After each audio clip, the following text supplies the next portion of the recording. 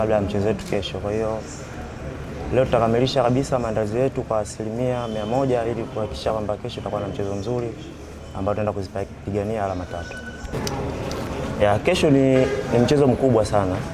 Tunatambua ubora wa wapinzani wetu, lakini sofa mpaka sasa nafikiri Yanga ndio timu ambayo ina defense nzuri mpaka sasa hivi kwenye ligi.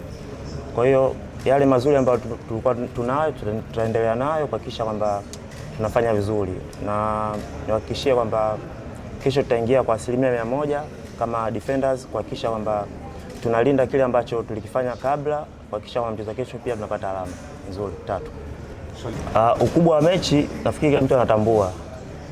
Ukipoteza mchezo wa kesho ina maana kwanza kuelekea katika mbio za ubingwa na kwa kidogo kama unasuasua, kwa sababu ni mechi kubwa, ni mechi ya watani. Kwa hiyo sisi tunatambua hilo, na kikubwa si maandalizi yetu ni kuhakikisha kwamba tunashinda mchezo wa kesho ili tutengeneze gap kubwa kuelekea katika michezo mingine ambayo inafuata, kwa sababu ukimfunga mpinzani wako ambaye anakusogelea ina maana unatengeneza gap ambalo inakurahisishia wewe kuelekea katika mbio za ubingwa.